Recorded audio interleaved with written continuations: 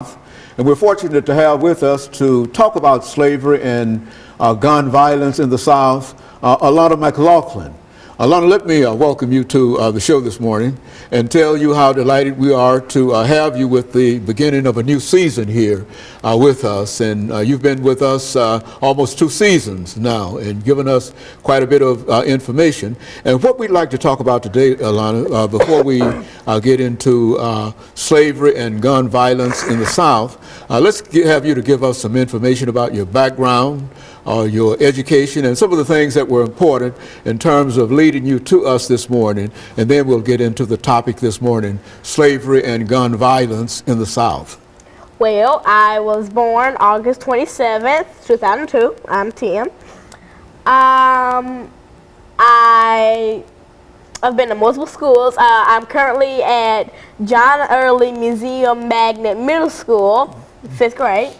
And I was basically raised in a very religious household, go to church every Sunday, and basically I'm here today to share with you certain things about slavery and gun violence in the South, and I've been studying on my iPhone, and you know, that's basically and so you're ready to give us some information. Let's talk about that, Lana. As you indicated, the topic is slavery and gun violence in the South. You want to in the South, and we want to make sure that our audience understand that we are trying to deal with some of the real problems that we have in this country today, and that is with guns and violence. And we want to use slavery as an example of talking about some of the things dealing with gun violence in the South. And so let's start off by talking about the institution of slavery itself in the South. Now, basically, when you think about slavery in the South, you think about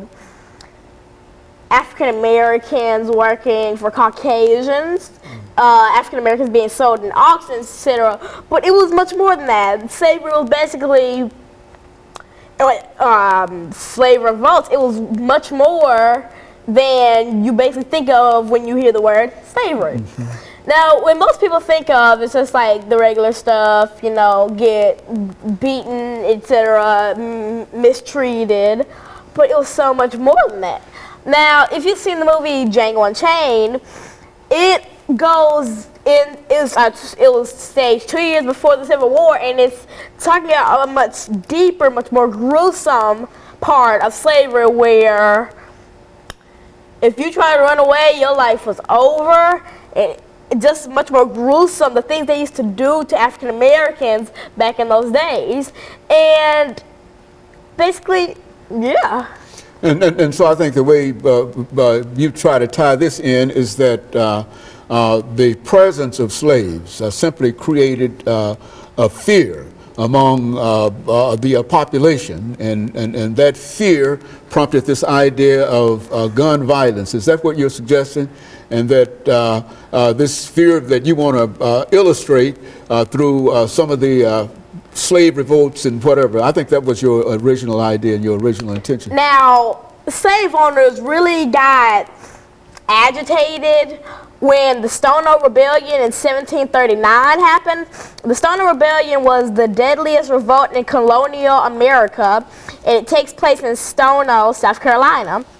Armed slaves started marching to Florida towards freedom, but the insurrection is put down, and at least 20 whites and more than 40 blacks are killed. Now, this is one of the insurrections and rebellions that we talk about, and of course, this kind of activity, you're saying, created a real fear among the population in terms of these rebellions, and therefore there seemed to have been a need for firearms and a need for protection. And so when you talk about slave violence and guns in the South, is that what you're suggesting? And basically, say you were a slave owner. If you just experienced that turn of slave revolt, you saw all those slaves armed with firearms and guns, and you turn around to one of your slave workers, you at least have to think about, what if they did that to you? Now, the slave owners were scared for their lives, so they made it even more.